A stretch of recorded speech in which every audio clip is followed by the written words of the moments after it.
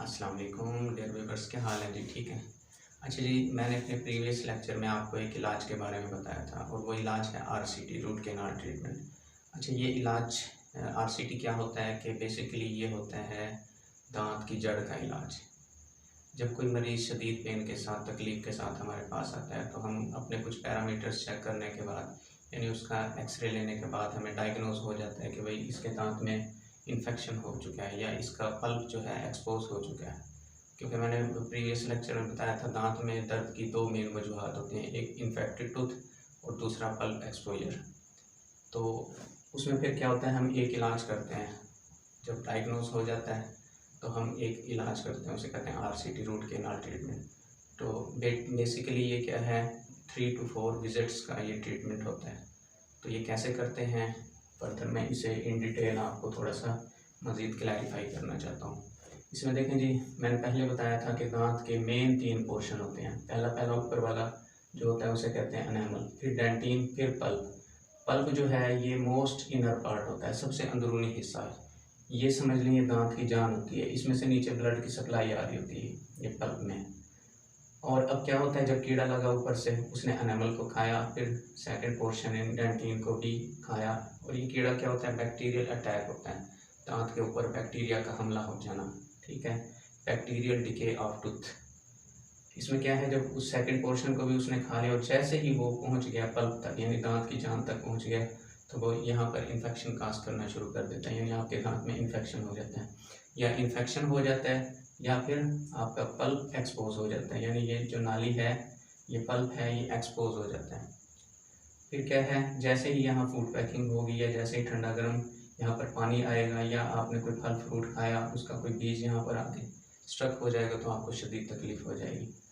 खैर, फिर तकलीफ़ से आप आते हैं तो आपके डेंटिस्ट थोड़े से पैरामीटर अपने चेक करने के बाद, यानी आपका एक्सरे लेने के बाद जब डायग्नोज हो जाता है कि वाकई ही इन्फेक्शन हो चुका है या पल्प एक्सपोजर हो चुका है, तो वो क्या करता है, आपका आरसीटी, रूट कैनाल ट्रीटमेंट शुरू करता है। बेसिकली मैंने पहले भी बताया कि ये 3 to 4 विजिट्स का ट्रीटमेंट होता है। इसमें सबसे पहले हम ओपनिंग करते हैं, दांत में सुराख करते हैं। हमारे पास एक होता है हैंड पीस, उसकी मदद से हम दांत को ओपनिंग करते हैं और अप्रोच करते हैं ये चैम्बर को। पल्प चैम्बर होता है यहाँ पर, फिर फर्दर यहाँ से केनाल्स निकल रही होती हैं, कुछ की 2 होती हैं, कुछ की 3 होती हैं केनाल्स, कुछ दाढ़ों की। फिर क्या है, जब केनाल्स को हम अप्रोच कर लेते हैं उसके बाद हम ये हमारे पास फाइल होती है एक, ठीक है, रिमर भी बोलते हैं इसे, फाइल भी, एज फाइल इसे कहते हैं। इस एज फाइल की मदद से हम दांत के अंदर से सारी क्लीनिंग करते हैं। क्लीनिंग किसकी करते हैं, देखें इसमें इन्फेक्शन भी हो चुका है, यानी पस पड़ चुकी है, और ये नाली जो पल्प था ये पीप के साथ पीप बन गया, और यहाँ पर अब ये वाइटल पड़ा है, अभी ये वाइटल है यहाँ पर।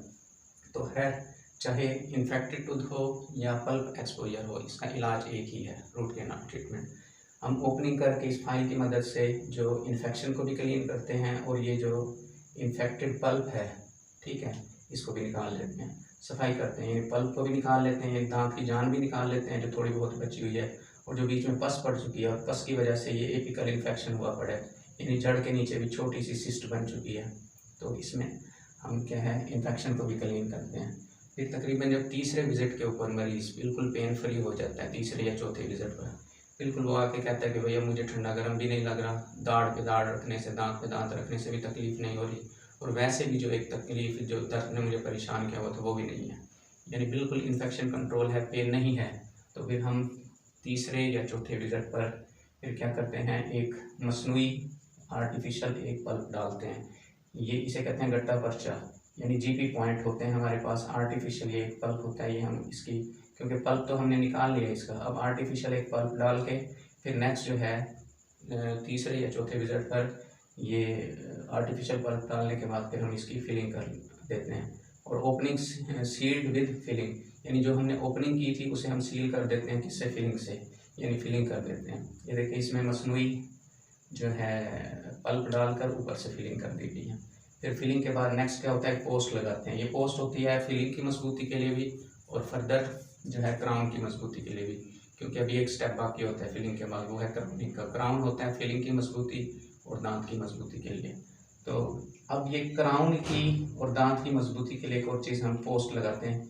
ये एक ऑप्शनल है, एडिशनल चीज़ है। लगा दें तो वेल एंड गुड, ना लगाएं तो ये इतना ज़रूरी नहीं है, लेकिन लगा देना ज़्यादा बेहतर है। कुछ हमारे जो डेंटिस्ट हजरात हैं वो नहीं ये लगाते, ठीक है, बस जस्ट फिलिंग करते हैं। फिलिंग के बाद दांत की कटिंग की और ऊपर जो है लोडिंग कर देते हैं क्राउन की। तो खैर ये पोस्ट लगाई जाती है सहारे के लिए, क्राउन को मजबूत। Post inserted to support crown, crown को सपोर्ट देने के लिए पोस्ट इंसर्ट की जाती है, लगाई जाती है। फिर ये लगाने के बाद दांत की कटिंग की जाती है 1 महीने बाद। फिलिंग करके ये पोस्ट लगाकर 1 महीने के लिए पेशेंट को जाने की इजाज़त दे दी जाती है और उसे कह दिया जाता है कि 1 महीने के बाद क्राउनिंग करा लेना।